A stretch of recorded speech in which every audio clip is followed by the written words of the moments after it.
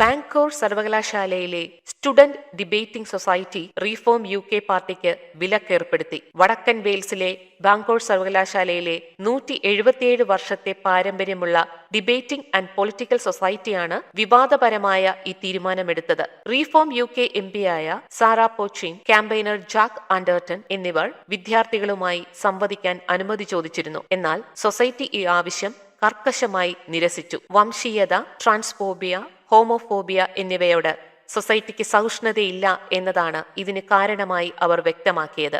Reform UKയുടെ നിലപാടുകൾ ജനാധിപത്യപരമായ സംവാദങ്ങളുടെ മൂല്യങ്ങൾക്ക് വിരുദ്ധമാണെന്നും അവർ കൂട്ടിച്ചേർത്തു.